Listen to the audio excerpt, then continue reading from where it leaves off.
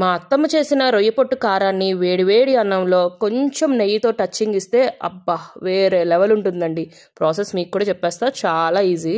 ముందుగా రొయ్య పొట్టుని ఒక 3 గుప్పెళ్ళు తీసుకోండి. దాన్ని నీట్గా వాష్ చేయాలి, ఎందుకంటే ఇసక వస్తుంది అనమాట రొయ్య పొట్టులో నుంచి. 2-3 సార్లు వాష్ చేసేసిన తర్వాత దాన్ని ఎండలో ఆరబెట్టండి. ఒక 10 నిమిషాలు బాగా ఎండగా ఉంటాయి. మా బెంగళూరులో అంటే మేము ఫ్యాన్ కింద ఒక పూట అంతా పెట్టామండి. తర్వాత ఒక కళాయిలో నూనె వేసుకొని అందులో ఒక 10 నుంచి 15 వరకు ఎండుమిరపకాయలు వేసి వేపేసి పక్కన పెట్టేయండి. తర్వాత 2 టేబుల్ స్పూన్ల ధనియాలు, 1 టేబుల్ స్పూన్ వరకు జీలకర్ర, ఒక 1/2 స్పూన్ వరకు ఆవాలు, ఇంకా కొంచెం మెంతులు వేసుకొని దోరగా వేపేసి పక్కన పెట్టేసేయండి. ఇవన్నీ చల్లారిన తర్వాతే మిక్సీ పట్టాలండి. ఆ తర్వాత అదే ప్యాన్ లో కొంచెం నూనె వేసుకొని దాంట్లోకి క్లీన్ చేసి పెట్టుకున్న రొయ్య పొట్టును కూడా వేసి ఎర్రగా వేపేసుకోవాలి. ఎలా వేపుకోవాలంటే చేతులతో ఇలా చిదిమితే పొడైపోవాలి, అంతలా వేపుకోవాలండి. తర్వాత ఎండుమిరపకాయలు మిక్సీ పట్టేస్తాం చూసారా, దాంట్లోనే ఈ రొయ్య పొట్టుని, తగినంత ఉప్పు, 4 రెబ్బల ఎల్లుల్లిపాయి, ఇంకా కొంచెం చింతపండు వేసి ఫుల్ గా మెత్తగా మిక్సీ పట్టేసేయండి. ఫస్ట్ అయితే మెత్తగానే అనిపిస్తుందండి, తర్వాత ప్లేట్ లో ఆరబెడితే ఇలా పొడి పొడిలాడిపోతుంది. మరిన్ని రెసిపీస్ కోసం మా ఛానల్ సబ్స్క్రైబ్ చేసుకుంటే మర్చిపోవద్దు.